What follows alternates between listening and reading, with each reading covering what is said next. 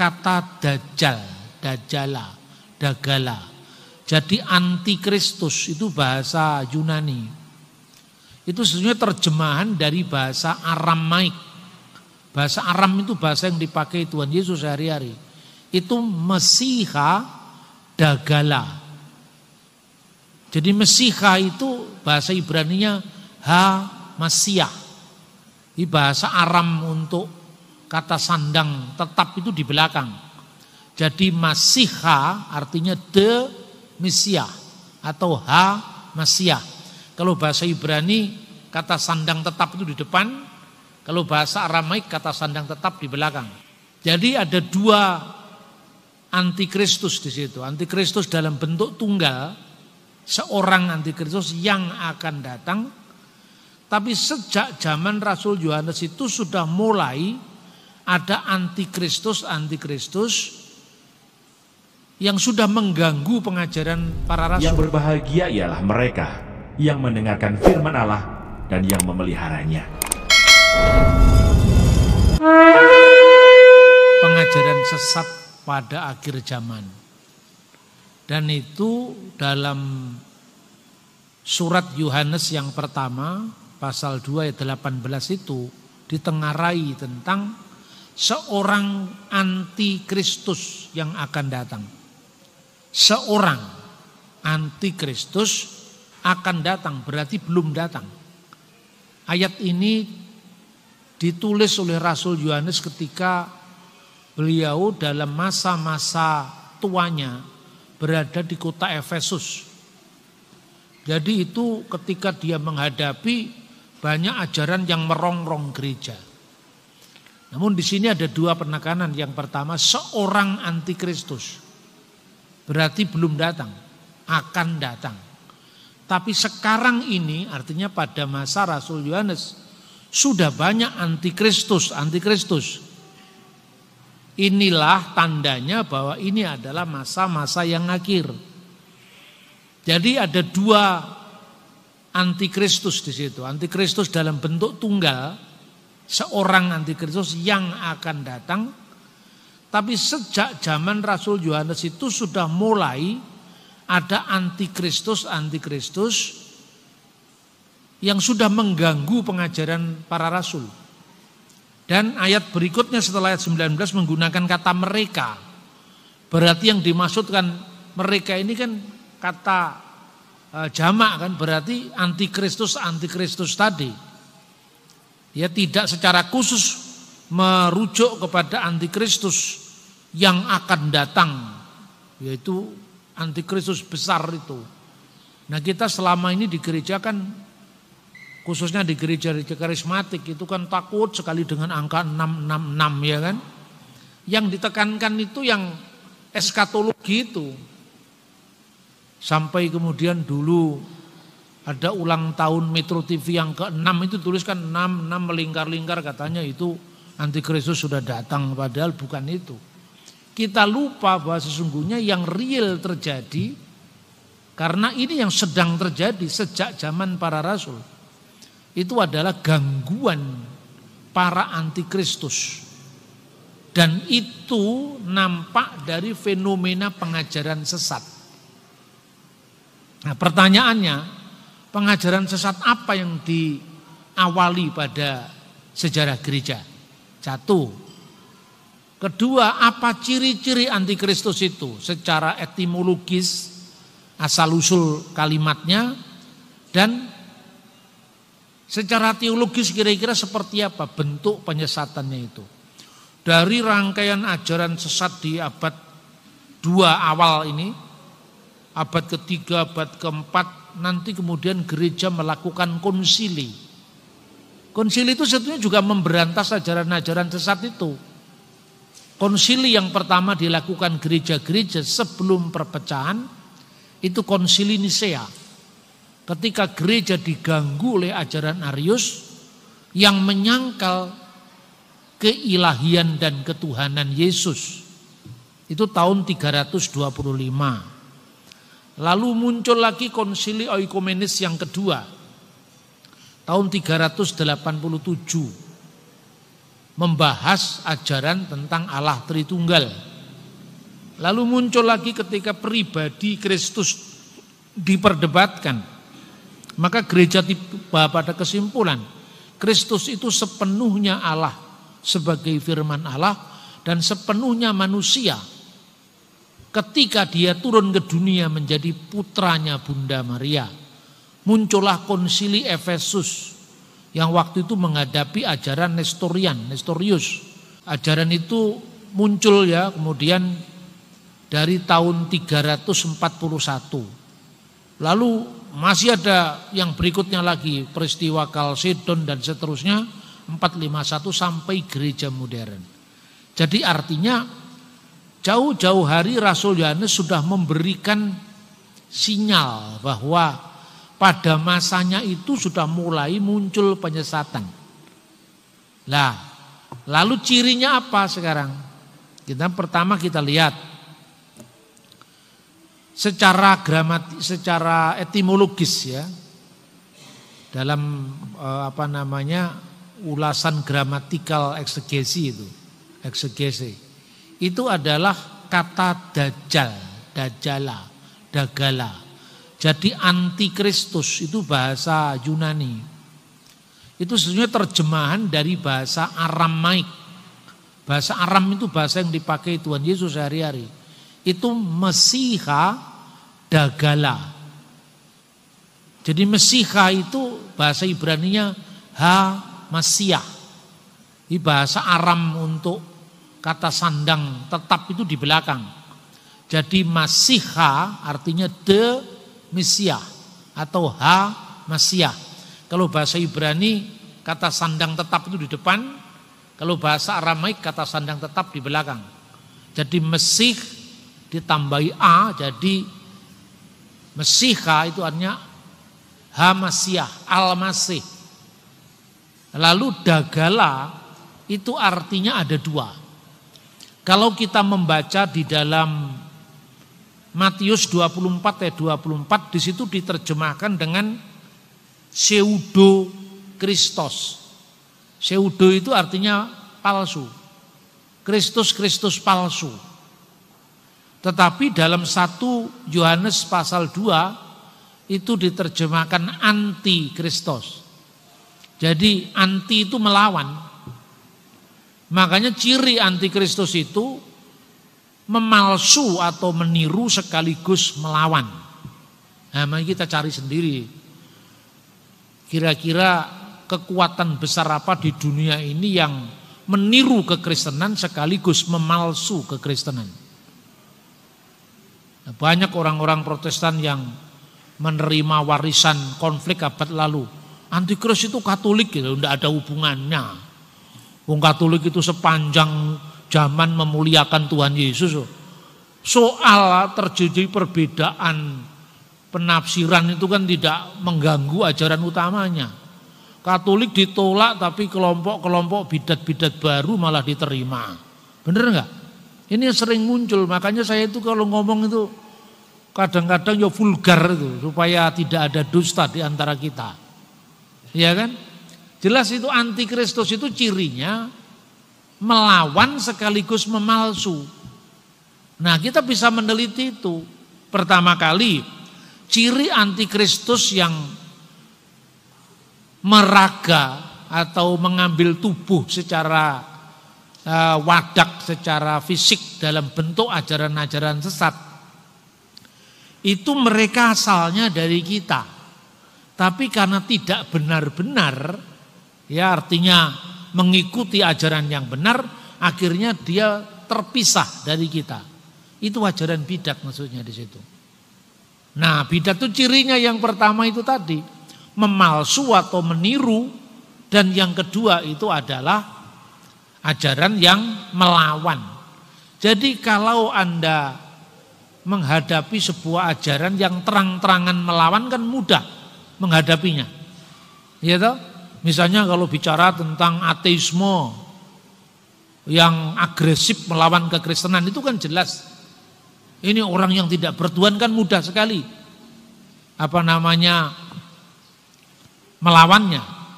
Tapi kalau kami juga pengikut Yesus. Kami lebih tahu dari ajaran Yesus. Kami menyempurnakan ajaran Yesus. Kan lebih sulit. Wong ngakunya ikut Yesus kok. Lah ini yang terjadi. Jadi memalsu dan meniru, tapi sebenarnya dia melawan inti kekristenan. Nah, kita kan bisa melihat dari sejarah. Pada zaman abad-abad awal, itu gereja sudah menghadapi ajaran sesat ini. Yaitu apa? Gereja yang memisahkan Yesus dari Kristus. Ini bukan gereja, komunitas, sorry. Yesus itu kan sosok kemanusiaan yang lahir ke dunia itu kan. Makanya malaikat berkata, anak yang dilahirkan itu akan disebut Yesus, karena dia akan menyelamatkan umatnya. Jadi Yesus itu bukan nama Allah. Yesus itu nama kemanusiaan firman yang menjadi manusia. Nah, lalu Kristus itu artinya yang diurapi, dia yang diurapi. Itu makna yang sesungguhnya. Karena yang memaknai itu orang Yahudi, maka setiap raja yang diurapi Tuhan namanya Masiah. Masiah itu yang diurapi dengan minyak. Kegagalan demi kegagalan dalam sejarah Israel, setiap raja dilantik gagal, akhirnya muncullah pengharapan dia yang satu-satunya diurapi, yaitu juru selamat pada akhir zaman. Makanya dari Masiah, artinya yang diurapi, lalu mereka menunggu Masiah, satu-satunya yang diurapi sebagai juru selamat. Kira-kira seperti itu munculnya kata Masiah itu. Tapi oleh orang Gnostik itu ajaran sesat yang tidak bisa diverifikasi. Ajarannya itu benarnya dari mana. Subjektif sekali. Pokoknya dia menerima wahyu yang menyempurnakan, itu ciri ajaran Gnostik. Dan tidak bisa di cross check secara historis. Gnostik itu muncul sejak abad pertama akhir. Dan yang menghadapi itu Rasul Yohanes. Makanya perhatikan, banyak rasul yang meninggal sebelumnya. Matius wafat sebagai martir, Markus wafat sebagai martir. Padahal Markus tidak lebih tua daripada Yohanes. Dia mati duluan tahun 68 Masehi di Mesir. Tapi Yohanes itu sampai umur 96 tahun gak mati-mati. Rupanya Tuhan masih punya urusan dengan dia, disuruh menuntaskan ajaran-ajaran sesat. Jadi kira-kira nanti termasuk saya usianya panjang. Karena tugasnya juga untuk memberantas mereka-mereka yang suka memutar balikkan Alkitab itu kan.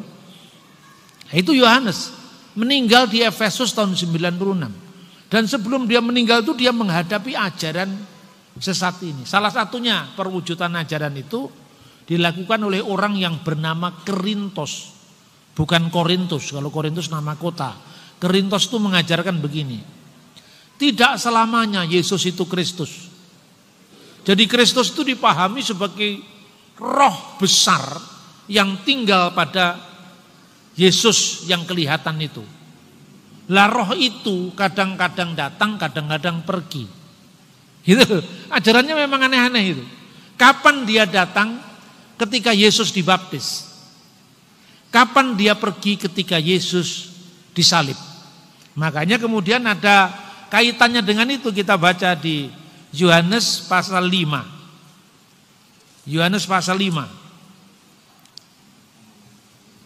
Ayat 6. Inilah dia yang telah datang melalui air dan darah, yaitu Yesus Kristus, bukan saja dengan air, tetapi dengan air dan dengan darah. Rohlah yang memberi kesaksian, karena roh adalah kebenaran. Jadi jelas di sini ya, datang dengan air dan datang dengan darah. Apa artinya datang dengan air? Pada saat dia dibaptis. Engkaulah anakku pada hari ini, aku berkenan kepadamu. Kalau anakku yang kuasih kepadamu lah aku berkenan. Jadi saat itu katanya kaum Gnostik, roh itu datang memasuki Yesus di dunia. Ketika Yesus disalib, roh itu pergi lagi. Makanya model kristologi sesat yang saya namakan kristologi teh celup inilah Yohanes menulis pasal ini, pasal 5 ayat 1. Di ajaran ini meresahkan gereja. Maka dia mengatakan, Yohanes mengatakan, Yesus itu tidak hanya menjadi Kristus saat dia dibaptiskan, lalu dipermaklumkan dari surga, engkaulah anakku yang kukasihi, kepadamulah aku berkenan. Tetapi juga ketika Yesus mati, itu karya yang utuh. Yesus selama-lamanya adalah Kristus. Itu yang pertama. Yang kedua, ajaran yang kedua, dari kelompok yang sama ini, dia menyangkal Yesus itu tidak sepenuhnya jadi manusia. Jadi Yesus itu hanya tampaknya manusia, tapi dia tidak benar-benar menjadi manusia. Itulah yang kemudian direaksi oleh Yohanes pasal 4 mulai dari ayat 1. Saudara-saudara yang terkasih, janganlah percaya kepada setiap roh, tapi ujilah roh-roh itu apakah mereka berasal dari Allah. Sebab banyak nabi-nabi palsu bermunculan di dunia. Dengan demikian kamu mengenal roh Allah. Setiap roh yang mengaku bahwa Yesus Kristus telah datang sebagai manusia berasal dari Allah. Dan setiap roh yang tidak mengaku Yesus, maksudnya Yesus yang telah datang sebagai manusia, tidak berasal dari Allah. Roh itu adalah roh antikristus, dan tentang dia kamu dengar bahwa ia akan datang dan sekarang ini sudah ada di dalam dunia. Jadi penyesatan terbesar itu terjadi pada akhir zaman dengan kedatangan antikristus yang tunggal tadi. Tetapi fenomena itu sudah mulai dari abad ke abad. Nah, itulah kemudian kalau kita runut dalam sejarah gereja, itu kita tidak salah persepsi lagi. Jadi kalau Korintus itu ajarannya belum terlampau apa istilahnya terang-terangan, Marcion ini sangat terang-terangan. Marcion ini penerusnya Korintus. Suatu saat katanya sejarah ini, yang nulis sejarah ini adalah Irenaeus. Irenaeus itu muridnya Polikarpus, dan Polikarpus muridnya Rasul Yohanes. Itu tulisannya terpelihara semua sampai hari ini. Salahnya gereja modern tidak mau belajar dari akar sejarah. Akibatnya bingung begitu diserang. Yesus baru jadi Tuhan dilantik tahun 325 kita heboh. Maka saya selalu mengatakan para apologet Kristen, keunggulan kekristenan itu adalah data-data yang lengkap. Nah kalian kalau diajak adu ayat jangan mau. Karena kalau adu ayat kita mesti kalah. Kenapa kalah? Karena belajar Alkitab ini tidak mudah. Ini buku yang mencakup kurun waktu sekitar 1500 tahun. Bahasanya kitab Taurat, kitab Kejadian, Keluaran, Imamat, Bilangan, Ulangan, kalendernya coba cari hari Paskah. Bulan Paskah bukan Nisan, Nisan itu baru muncul setelah zaman pembuangan. Lah kalau orang tidak paham, lah ini ayat Alkitab saling bertentangan. Loh zamannya berbeda, nama kalendernya juga beda, dipersoalkan. Nah terus kemudian dibandingkan misalnya satu kitab yang namanya Quran. Lah Quran itu kan kitab yang muncul dari satu zaman. Satu zaman, satu nabi yang diyakini sebagai penerima wahyu, satu bahasa, ya lebih mudah belajarnya.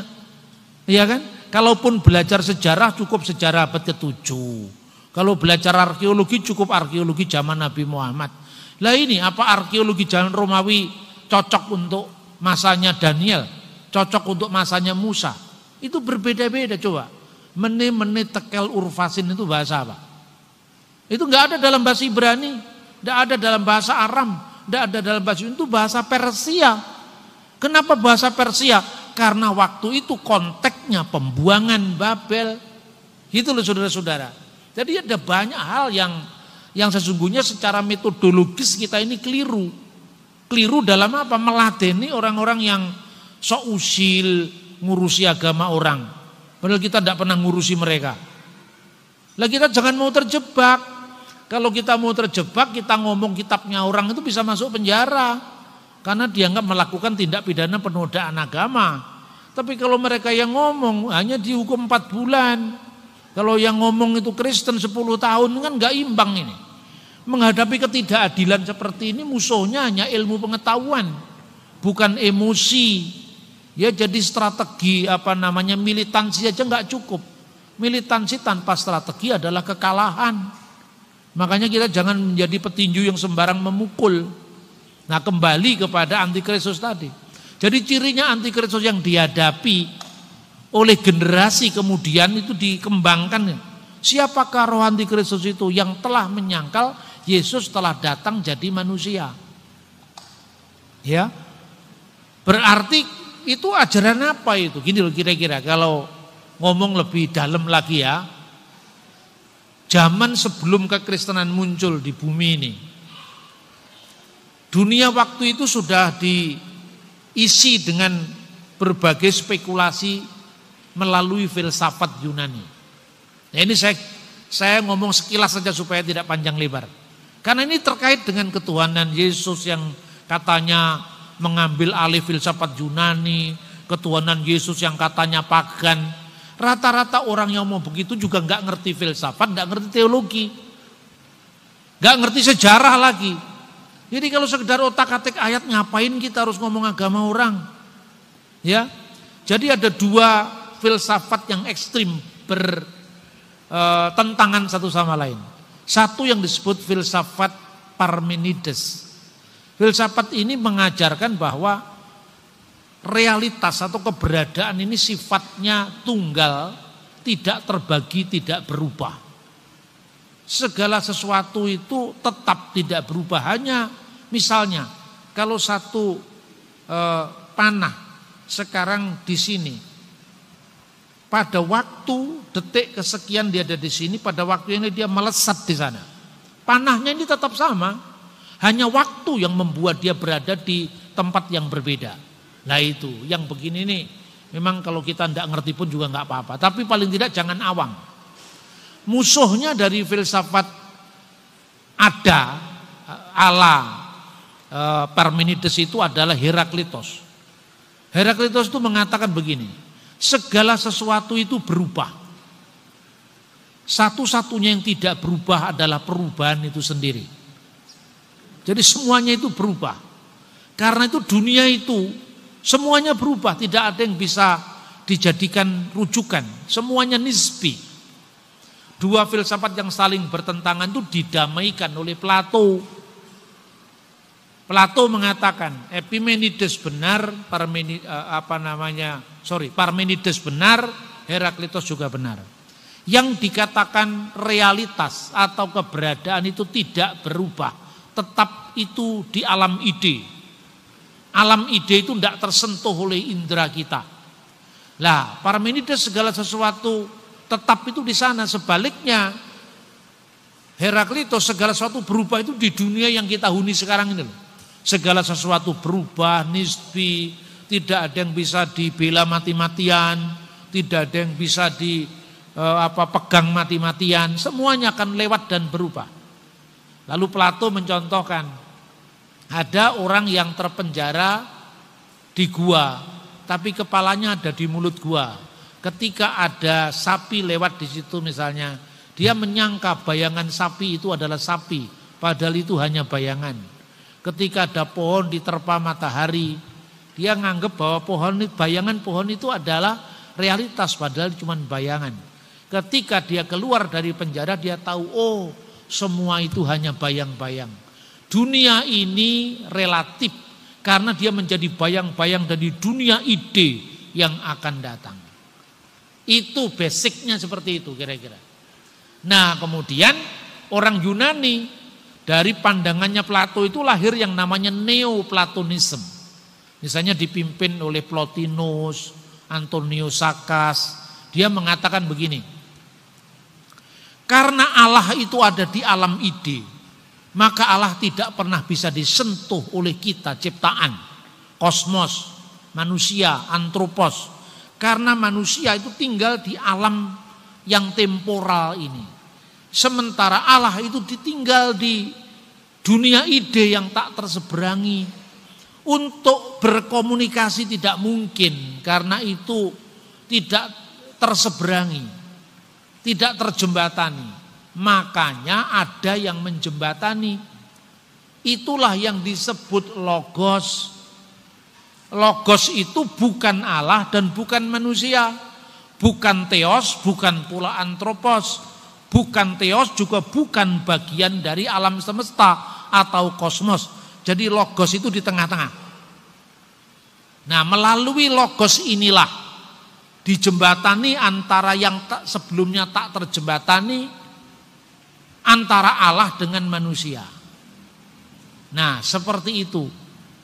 Nah, kemudian ketika Alkitab diterjemahkan ke dalam bahasa Yunani di Alexandria, namanya Septuaginta. Bahasa Ibrani untuk Davar Elohim, firman Allah, itu diterjemahkan dengan Logos Tuteo. Tapi logosnya Septuaginta ini tidak sama dengan logosnya filsafat Yunani tadi. Nah, pergulatan terus dilakukan ketika orang, ini sebelum zaman Kristen semua yang saya ceritakan ini. Yesus belum turun ke dunia ini. Ini zaman sebelum Kristen, kira-kira abad ketiga sebelum Masehi. Lalu muncul seorang filosof Yahudi dari Alexandria namanya Philo. Philo itu mengatakan logos itu begitu pentingnya karena menjadi jembatan antara manusia yang penuh dosa, manusia yang penuh kekurangan ini dengan Tuhan yang maha sempurna. Maka orang berdosa tidak mungkin mengalami kesempurnaan tanpa logos.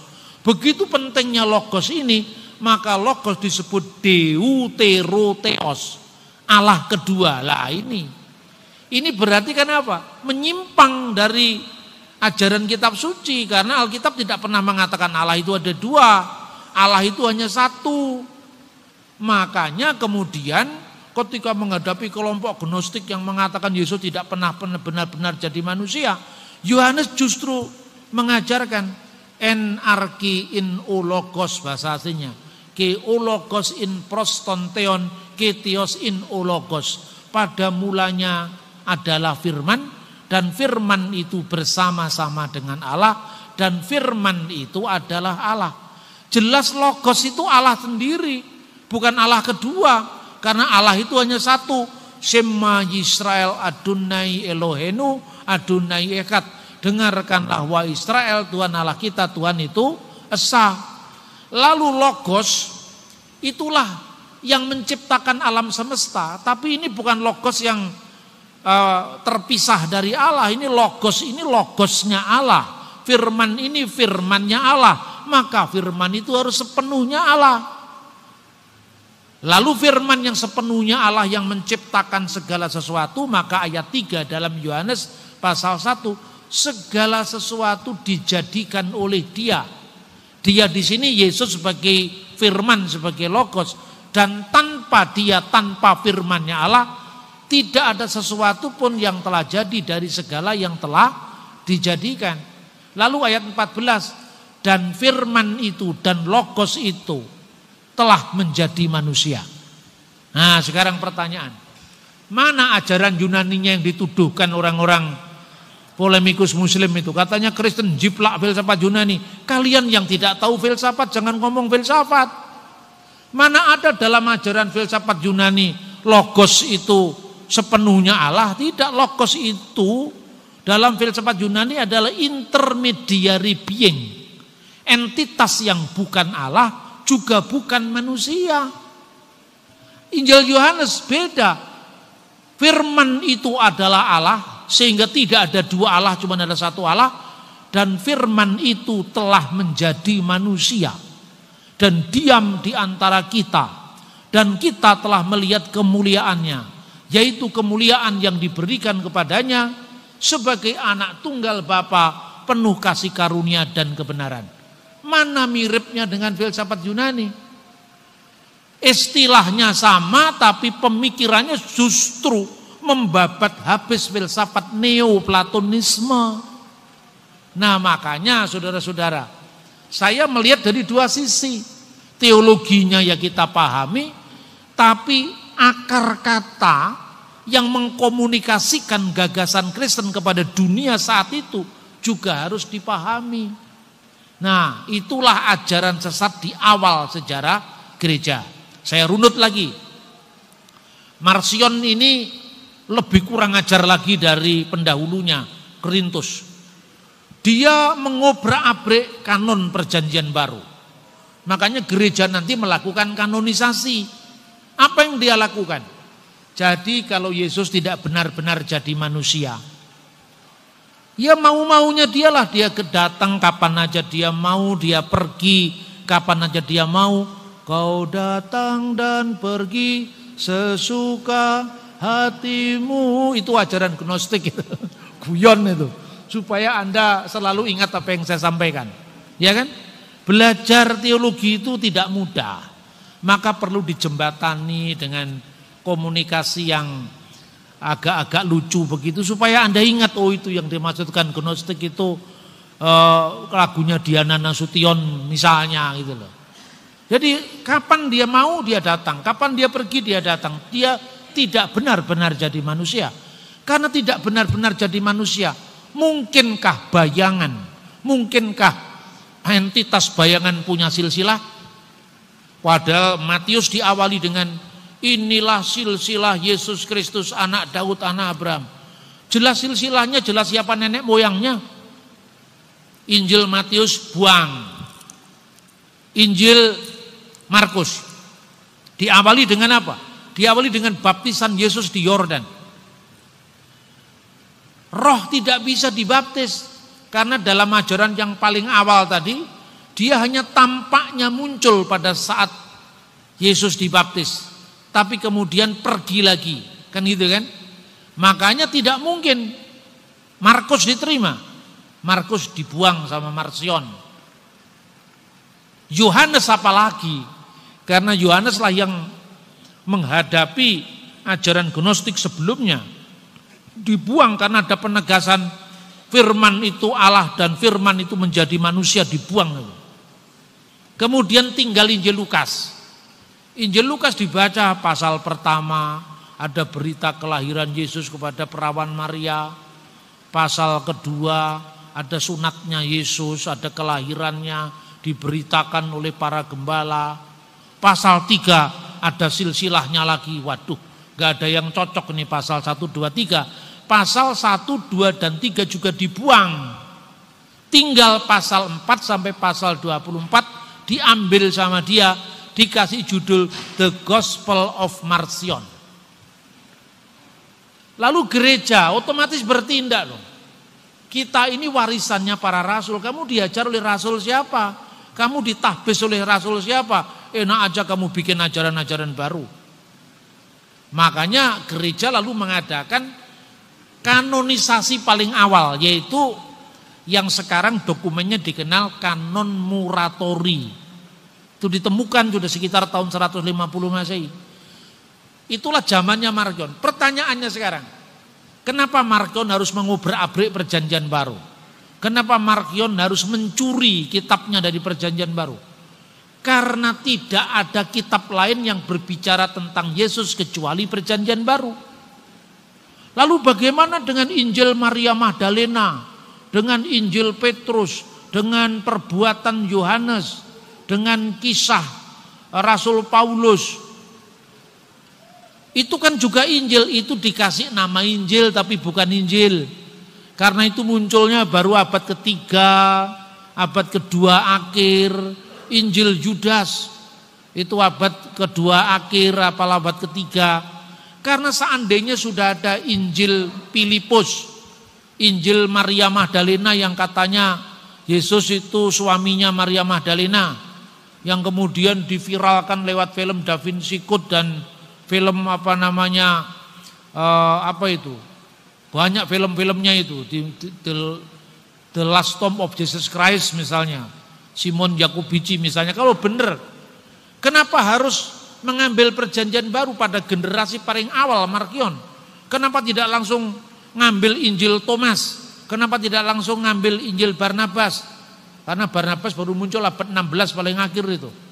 Jadi di sepanjang sejarah ini pemalsuan demi pemalsuan Injil terus berlangsung. Inilah yang diantisipasi oleh Rasul Yohanes. Dan ciri zaman akhir itu diawali dari penyesatan terhadap ajaran yang meniru gereja sekaligus melawan gereja. Jadi itu zamannya Marcion. Setelah Marsion wafat, mati, para rasul, murid-muridnya para rasul juga sudah mati semua. Tinggal generasi keempat, generasi kelima. Maka di situ mereka lebih liar lagi karena apa? Saksi mata kan sudah tidak ada. Jadi dia bikin acara sendiri, dia bikin komunitas sendiri, dia bikin Injil sendiri. Lalu dikasih nama Injil itu dengan nama-nama para rasul. Makanya muncul Injil Thomas yang katanya Yesus membuat mujizat dari tanah dibentuk seperti burung merpati, lalu ditiup menjadi burung sungguh-sungguh. Itu dari abad keempat. Injil Tufuliah atau The Arabic Gospel of Infancy itu dari abad kelima, aslinya dari bahasa Aramaik yang mengatakan Yesus ketika masih bayi digendong ibunya Bunda Maria, dia sudah bisa bicara. Itu dari abad kelima, teks Arabnya dari abad ketujuh. Ya, semuanya ini hasil pemalsuan dari abad-abad kemudian yang tidak memiliki kesinambungan sejarah dari abad pertama. Itu zamannya Marsion. Lalu setelah Marsion muncul lagi ajaran baru. Namanya ajaran Basilides. Basilides itu mengatakan begini, dia tinggal di Alexandria. Karena Yesus itu tidak benar-benar jadi manusia, mungkinkah bayangan bisa disalibkan? Tidak mungkin. Kalau gitu harus kita cari gantinya, siapa yang disalib mengganti Yesus. Dia ngarang-ngarang sendiri. Basilides itu mengajarkan bahwa siapa yang hadir pada saat Yesus disalibkan itu? Oh, Simon dari Kirene. Maka kita bikin aja teori. Yang disalibkan bukan Yesus. Karena Yesus itu tidak bisa disalib. Karena sesuatu yang sifatnya tidak real, tidak benar-benar jadi manusia, tidak mungkin disalib. Maka yang disalib adalah Simon orang Kirene yang wajahnya diserupakan dengan Yesus. Itu abad ketiga di Alexandria. Kemudian abad keempat muncul lagi namanya Kisah Rasul Yohanes. Jadi dia mengarang cerita ketika ketika Yesus disalibkan itu, sebenarnya yang disalib, yang diarak ke kayu salib ke Golgota dengan memikul salib itu bayangan saja, bayangannya Yesus. Tapi Yesus sejati itu ada di Bukit Zaitun. Sambil memandangi orang-orang yang mengarak bayangan yang tidak jelas tadi. Lalu di situ disaksikan oleh muridnya yang bernama Yohanes, John the Apostle, Yohanes sang rasul. Kemudian dikatakan, Yohanes, kamu lihat Yohanes, kamu lihat John, apa yang ada di sana? Ya guru, mereka mencambuki engkau, mereka memahkotai engkau dengan duri. Kamu perhatikan sungguh-sungguh, itu saya apa bukan? Ya lihat, loh ternyata hanya bayangan. Lalu dia penasaran, Yesus di mana kalau gitu? Aku yang asli ada di sini, itu bukan aku. Itu hanya bayangan yang mereka salib itu.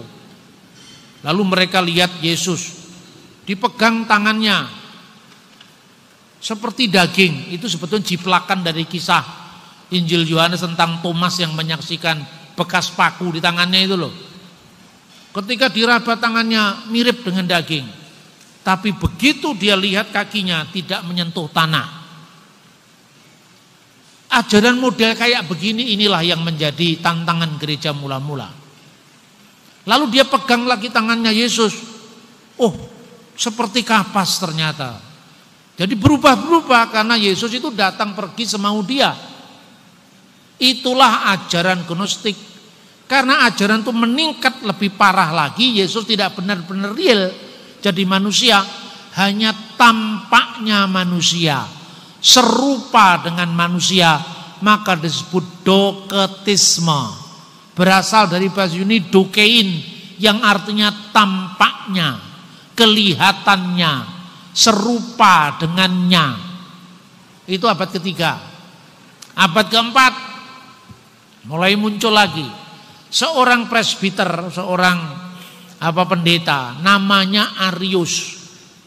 Arius ini juga tidak bebas sama sekali dari filsafat Yunani ini. Dia mengatakan anak Allah itu lebih rendah dari Bapa. Kenapa dia mengatakan begitu? Karena dalam pandangan filsafat Yunani ya, tidak ada creatio ex nihilo. Tidak ada penciptaan dari tidak ada menjadi ada. Tapi alam semesta ini mengalir dari yang maha ada. Jadi alam dengan Tuhan itu sehakikat. Seperti apa itu?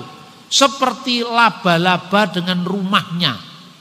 Rumah laba-laba itu dibuat kan dari ingusnya laba-laba itu. Jadi sehakikat itulah teori yang namanya emanasi, pengaliran. Jadi segala sesuatu itu mengalir dari Tuhan, entitas awal ini. Lah, yang mengalir dari aliran pertama ini tentu lebih rendah daripada sumber alirannya. Aliran yang ketiga mengalir dari aliran kedua, lebih rendah lagi. Makanya ada jenjang-jenjang ketuhanan. Lalu si Arius mengaburkan antara kemanusiaan Yesus yang kelihatan dengan firman Allah yang tidak berjenjang dengan Allah. Lalu dia katakan tidak masuk akal. Masa Yesus tidak lebih rendah dari Sang Bapa? Bukankah Yesus sendiri mengatakan di Injil Yohanes, Bapa itu lebih besar daripada aku? Padahal Yesus bicara seperti itu. Itu kan dalam misinya ketika dia menjadi manusia. Bapa lebih besar daripada dirinya. Tapi Yesus sebagai firman. Apakah firman Allah itu lebih rendah dari Allah? Ini bukan ajaran filsafat Yunani yang mengalir tadi, tidak. Mengalir kan satu hakikat. Seperti riak-riak gelombang itu kan satu hakikat dengan gelombang samudra. Seperti percikan-percikan api itu kan satu hakikat dengan bara apinya. Nah itu bukan ajaran Kristen, itu ajaran emanasi dalam filsafat Yunani. Ajaran itu yang dalam filsafat ketuhanan disebut panteisme. Pan itu segala sesuatu, theos itu Allah, isme itu paham. Jadi paham yang mengatakan segala sesuatu itu adalah Allah. Lah inilah yang kemudian muncul di Injil Thomas. Injil Thomas itu mengatakan ini. Usirlah perempuan itu daripadaku, kata Yesus. Kenapa guru? Karena perempuan tidak layak memperoleh hidup yang kekal. Terus kemudian muridnya bertanya, bagaimana supaya perempuan memperoleh hidup yang kekal? Suruh dia jilmakan dirinya jadi laki-laki. Nah ini ajaran gnostik. Lalu dari mana Yesus punya kata-kata seperti itu? Tidak ada saksinya kan? Nah ini perlunya yang namanya sejarah bapak-bapak gereja. Agar kita tidak menafsirkan teks dari abad pertama semau kita dengan abad 20 karena gara-gara kita mengaku diri dari Roh Kudus. Roh Kudus bicara pada saya tadi malam. Di mana? Gimana ngomongnya itu? Klaim-klaim seperti ini kan menjadi ciri daripada gereja-gereja modern yang tidak bisa diverifikasi. Inilah ciri ajaran gnostik. Jadi kalau ditanya, dari mana kau perlu ajaran itu? Zamannya Korintus gak berani terang-terangan karena Yohanes masih hidup. Zamannya Marcion tidak berani terang-terangan bikin buku sendiri karena apa? Muridnya Yohanes masih hidup. Namanya Polikarpus. Polikarpus menjadi uskup atau penilik jemaat salah satu dari gereja yang tercatat dalam kitab Wahyu 7 jemaat itu. Salah satunya kan muridnya Yohanes yang menjadi pemimpin di Smyrna. Masih ada saksi. Generasi keempat, kelima nggak ada saksi lagi. Kalaupun ada saksi, mereka masih bisa ngakali. Kamu lihat itu Injil Thomas. Kabarnya beredar di Mesir Injil Thomas. Siapa yang tulis itu? Kayaknya Thomas nggak pernah nulis Injil. Caranya cross check gereja bagaimana? Irenaeus, muridnya Polikarpus, Polikarpus muridnya Yohanes. Saya bisa membuktikan daftar para penilik jemaat, para uskup, para episkopos yang ada di seluruh dunia ini, maksudnya dunia yang dikenal pada zaman dia. siapa yang mentahbis dia, rasul siapa hubungannya. Tidak pernah ada ajaran semacam seperti itu. Coba, katanya siapa yang mengarang itu? Thomas. Thomas punya murid namanya siapa? Punya murid namanya Tadius. Tadius sudah wafat. Tadius itu kan muridnya Thomas. Thomas sudah wafat, Tadius punya murid namanya Agius. Agius sekarang ada, dia berkarya di wilayah ini. Cross check. Benarkah dulu gurumu pernah mengajarkan bahwa Yesus bersabda, usirlah perempuan itu daripadaku karena dia tidak layak memperoleh kehidupan? Oh enggak. Murid-muridnya Yesus juga perempuan. Ada Maria Magdalena, ada Marta, banyak muridnya, ada Salome. Tidak ada yang seperti itu. 2 Tesalonika pasal 2. Kedurhakaan sebelum kedatangan Tuhan.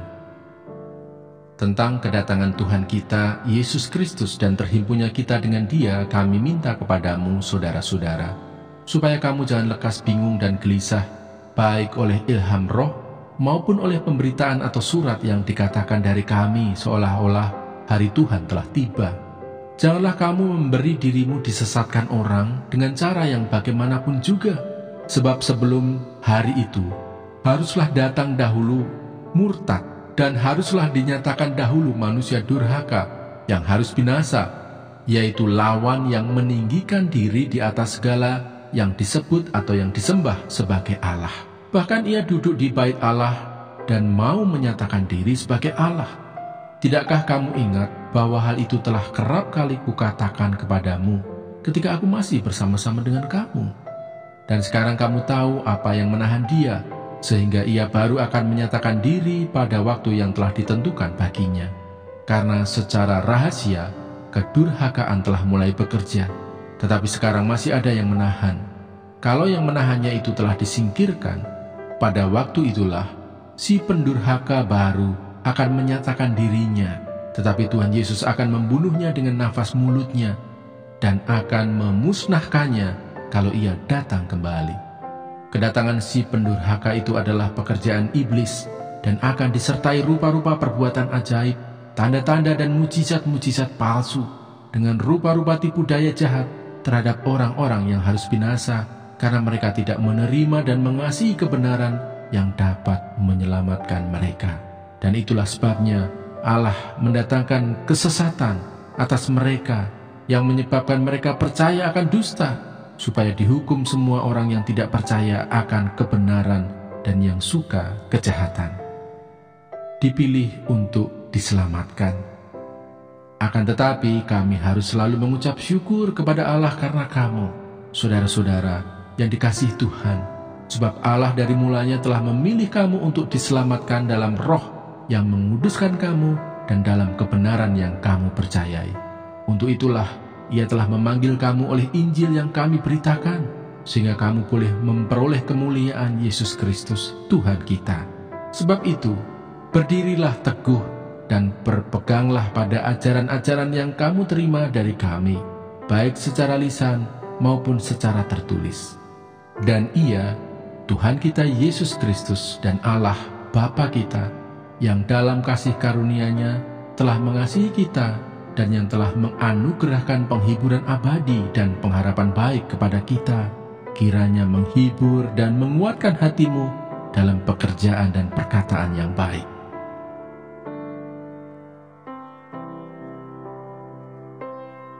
Dua Tesalonika pasal 3. Berdoa dan bekerja. Selanjutnya, saudara-saudara, berdoalah untuk kami, supaya firman Tuhan beroleh kemajuan dan dimuliakan, sama seperti yang telah terjadi di antara kamu, dan supaya kami terlepas dari para pengacau dan orang-orang jahat, sebab bukan semua orang beroleh iman. Tetapi Tuhan adalah setia. Ia akan menguatkan hatimu dan memelihara kamu terhadap yang jahat. Dan kami percaya dalam Tuhan, bahwa apa yang kami pesankan kepadamu, kamu lakukan dan akan kamu lakukan. Kiranya Tuhan tetap menunjukkan hatimu kepada kasih Allah dan kepada ketabahan Kristus. Tetapi kami berpesan kepadamu, saudara-saudara, dalam nama Tuhan Yesus Kristus, supaya kamu menjauhkan diri dari setiap saudara yang tidak melakukan pekerjaannya dan yang tidak menurut ajaran yang telah kamu terima dari kami. Sebab kamu sendiri tahu bagaimana kamu harus mengikuti teladan kami, karena kami tidak lalai bekerja di antara kamu dan tidak makan roti orang dengan percuma, tetapi kami berusaha dan berjerih payah siang malam, supaya jangan menjadi beban bagi siapapun di antara kamu. Bukan karena kami tidak berhak untuk itu, melainkan karena kami mau menjadikan diri kami teladan bagi kamu, supaya kamu ikuti. Sebab juga waktu kami berada di antara kamu, kami memberi peringatan ini kepada kamu: jika seorang tidak mau bekerja, janganlah ia makan. Kami katakan ini karena kami dengar bahwa ada orang yang tidak tertib hidupnya dan tidak bekerja, melainkan sibuk dengan hal-hal yang tidak berguna. Orang-orang yang demikian kami peringati dan nasihati dalam Tuhan Yesus Kristus, supaya mereka tetap tenang melakukan pekerjaannya, dan dengan demikian makan makanannya sendiri. Dan kamu, saudara-saudara, janganlah jemu-jemu berbuat apa yang baik. Jika ada orang yang tidak mau mendengarkan apa yang kami katakan dalam surat ini, tandailah dia, dan jangan bergaul dengan dia, supaya ia menjadi malu. Tetapi janganlah anggap dia sebagai musuh, tetapi tegurlah dia sebagai seorang saudara. Salam. Dan ia, Tuhan damai sejahtera, kiranya mengaruniakan damai sejahteranya terus-menerus dalam segala hal kepada kamu. Tuhan menyertai kamu sekalian. Salam daripadaku, Paulus. Salam ini kutulis dengan tanganku sendiri. Inilah tanda dalam setiap surat. Beginilah tulisanku. Kasih karunia Yesus Kristus Tuhan kita menyertai kamu sekalian. Yang berbahagia ialah mereka yang mendengarkan firman Allah dan yang memeliharanya.